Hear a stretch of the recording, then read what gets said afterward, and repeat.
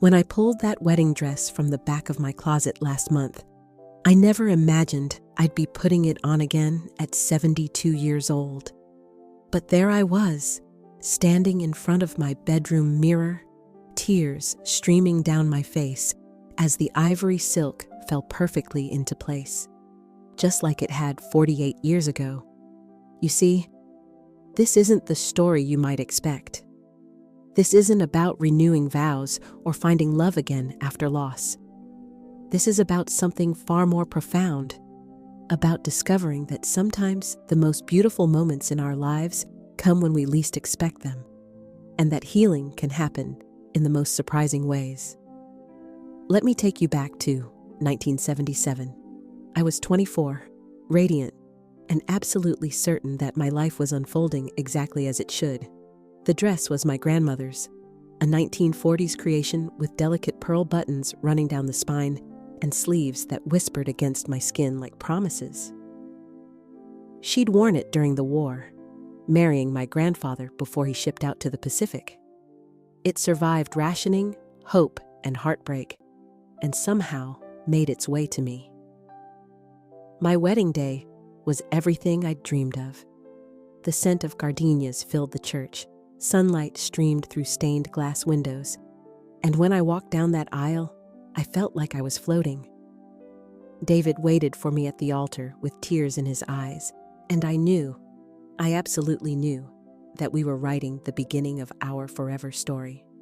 For 23 years, that dress hung in our closet like a talisman. I'd catch glimpses of it when reaching for my everyday clothes, and it would make me smile. Sometimes I'd run my fingers over the fabric, remembering that perfect day, feeling grateful for the life David and I had built together. We had our struggles, of course. What marriage doesn't? But we weathered them, grew stronger, and I never doubted that we'd grow old together. Then came that terrible phone call on a Tuesday morning in March 2000. A drunk driver. David never made it home from his business trip.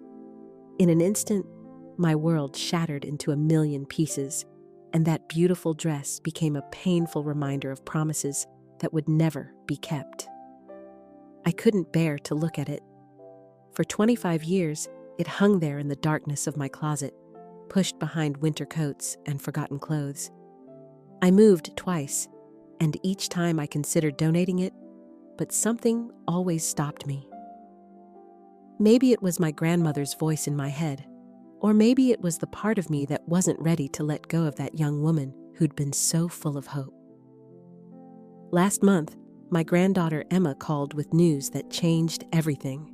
She was engaged, and she wanted to know if I still had great-great-grandmother's wedding dress. She'd seen photos from my wedding and fallen in love with it. Would I consider letting her wear it for her ceremony next spring? My heart stopped. I hadn't thought about that dress in years, had almost convinced myself it was just a ghost in my closet. But hearing the excitement in Emma's voice, the same breathless joy I'd felt all those decades ago, something shifted inside me. I told her I'd look for it, but privately, I was terrified. What if seeing it brought back all that pain? What if I couldn't handle the memories? What if the dress had deteriorated beyond repair? That evening, I stood before my closet with trembling hands. I pushed aside the coats, the forgotten sweaters, the accumulation of years, until my fingers found that familiar silk. As I pulled it out, the scent of lavender sachets my grandmother had sewn into the lining filled the air, and suddenly, I was 24 again, standing in her sewing room as she made final adjustments to the hem. But something unexpected happened. Instead of the crushing grief I'd anticipated, I felt peace. The dress was still beautiful, still perfect, as if it had been waiting patiently for its next chapter. And in that moment, I realized something profound. This dress wasn't just about my wedding day with David. It was about love itself, the kind that transcends time, that connects generations, that survives even when the people we love can't. I found myself slipping it on, and when I looked in the mirror, I didn't see a widow mourning her past. I saw a woman who had loved deeply, who had been loved completely, and who was now part of something bigger than herself.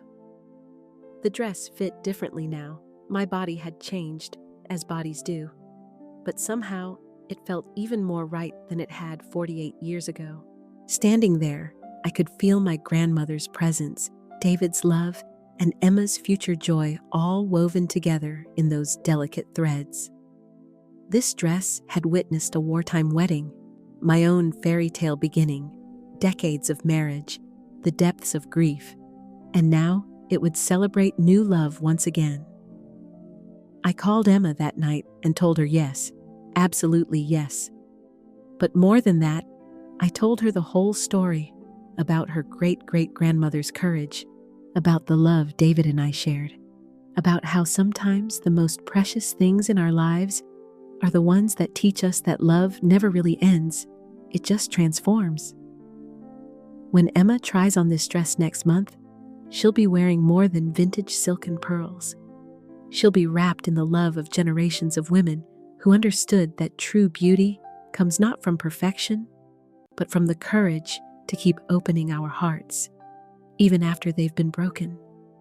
That wedding dress taught me something I never expected to learn at 72. Our most treasured possessions aren't meant to be preserved in darkness. They're meant to be shared, to carry forward the love that created them, to remind us that every ending is also a beginning. Sometimes the most beautiful gifts we can give are the ones we thought we'd lost forever.